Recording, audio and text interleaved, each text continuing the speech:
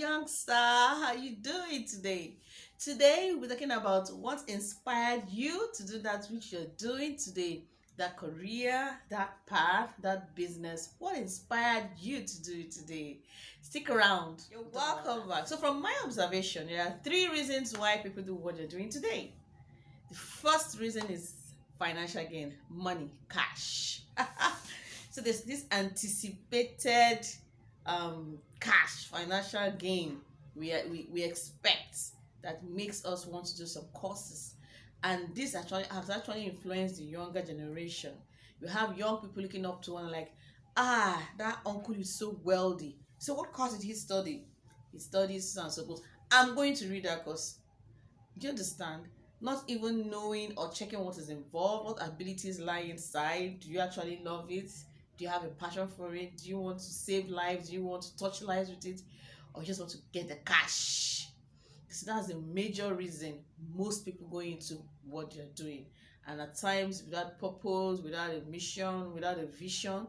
And that's one of the reasons why we have a lot of us in places that are not fit for us. Okay, so the second reason is ego, pride. Some people like the titles, they like the big names, barrister, doctor, engineer, whatever. You know what I mean. And so that ego or that pride from desired by either the parents or the child involved, okay, most of the times it clouds our thoughts, our mission, our vision for that which we are doing. Now the final reason is passion. So the problem now is that before we get to that point of working because we have a passion, because we have a dream, we would have most times passed through 1 and 2. Before we get to that point where like, no, I think I love doing this. I think I love doing that. I think I prefer doing this. It helps me do it better and serve people better. But the problem nowadays is that most of the time before we get to that point, we've done 1 and 2. And then we decided that no, I think this number 3 is better. So how do we reduce that issue? How do we help the new generation not to go through the hurdle of number 1, number 2 before they get to number 3? Now, the most important thing a young child needs is self-discovery. Most times these young ones want to do things that may sound silly, okay, but as a guardian, as a parent, as a caregiver, it gives you a clue to what abilities this child has. Nowadays, as you and I know, it's not basically what academic qualifications you have that makes you successful or makes you fulfilled nowadays.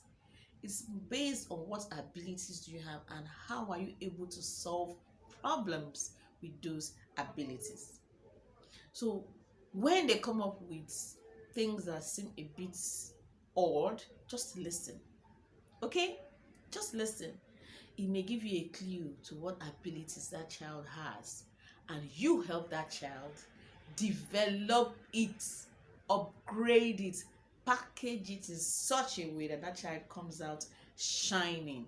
Because the main reason why we should indulge in what we're indulging in, engage in whatever activities we're engaging in, is such that we shine forth abilities we have and solve problems in our different unique ways.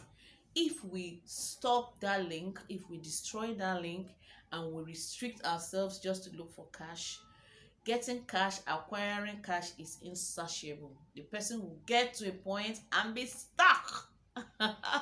So that's why most of the time everybody starts with number 1 and then number 2, because we don't want the world to laugh at us. We want to remain there before we now some more courage and get to number 3. So let's shorten this journey for our youngsters. So are you a youngster listening to me and you have these ideas and you're like, I can't tell mommy, it's scary? Don't worry.